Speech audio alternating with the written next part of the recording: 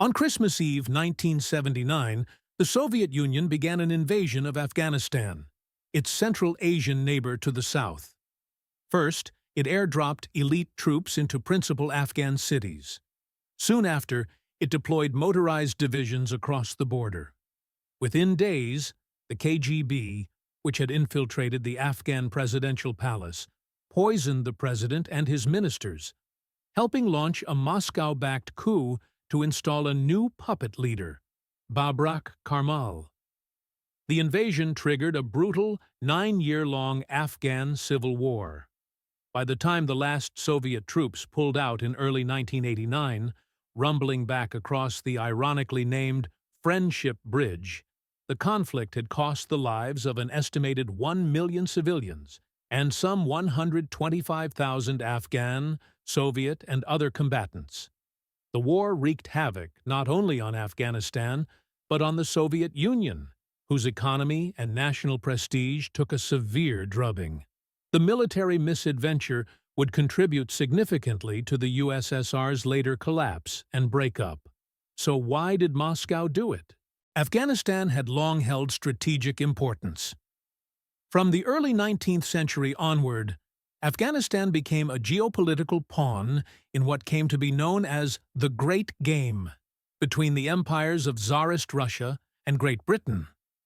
Fearful that Tsarist Russia's expansion into Central Asia would bring it perilously close to the border of India, their imperial jewel, Britain fought 3 wars in Afghanistan to maintain a buffer against Russian encroachment. Neither the Russian Revolution of 1917 nor the end of British colonial rule in India altered Afghanistan's geopolitical significance.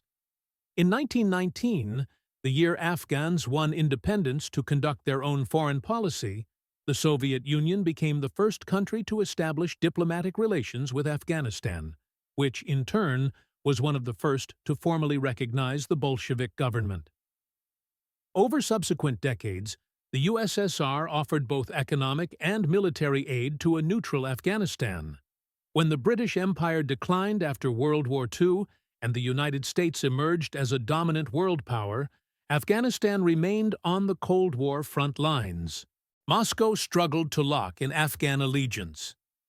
In 1973, Afghanistan's last king was ousted in a coup by his cousin and brother-in-law, Mohammad Daoud Khan, who proceeded to establish a republic. The USSR welcomed this shift to the left, but their delight soon faded as the authoritarian Daoud Khan refused to be a Soviet puppet. During a private 1977 meeting, he told Soviet leader Leonid Brezhnev he would continue to employ foreign experts from countries beyond the USSR. Afghanistan shall remain poor, if necessary, but free in its acts and decisions. Unsurprisingly, Soviet leaders disapproved. In 1978, the Communist People's Democratic Party of Afghanistan, PDPA, overthrew Daoud Khan in what became known as the Sour Revolution. Daoud Khan and 18 family members died. Despite Afghanistan's nominally communist leadership, Soviet leaders still couldn't relax. The new PDPA regime, divided and unstable, faced fierce cultural resistance from conservative and religious leaders, and opposition throughout much of the Afghan countryside to the communists' radical agrarian reforms. In the fall of 1979, revolutionary Hafizullah Amin orchestrated an internal PDPA coup that killed the party's first leader and ushered in his brief but brutal reign. National unrest soared, and Moscow's hand-wringing intensified. Moscow feared growing U.S. involvement. Afghanistan's chaos alarmed Soviet leadership primarily because it increased the odds that Afghan leaders might turn to the United States for help. Top Politburo members warned Brezhnev in late October 1979 that Amin sought to pursue a more balanced policy and that the United States was detecting the possibility of a change in the political line of Afghanistan. Only weeks later, KGB head Yuri Andropov joined the USSR's foreign minister Andrei Gromyko and its defense minister Dmitry Ustinov in sounding the alarm. They persuaded Brezhnev that even if the Americans weren't actively trying to undermine Soviet influence in Afghanistan, Amin's ruthless but unstable regime would create weaknesses the U.S. could later exploit. Moscow, they argued, would have to act. The Soviets upheld the Brezhnev Doctrine. Those warnings likely fell on receptive ears. A decade earlier, in 1968, Brezhnev introduced his new dogma. All socialist, read Moscow-friendly communist regimes had a responsibility to uphold others, using military force if necessary. The Brezhnev Doctrine was a response to the Prague Spring, a brief period of liberalization under the leadership of Czechoslovakia's new leader, Alexander Dubček.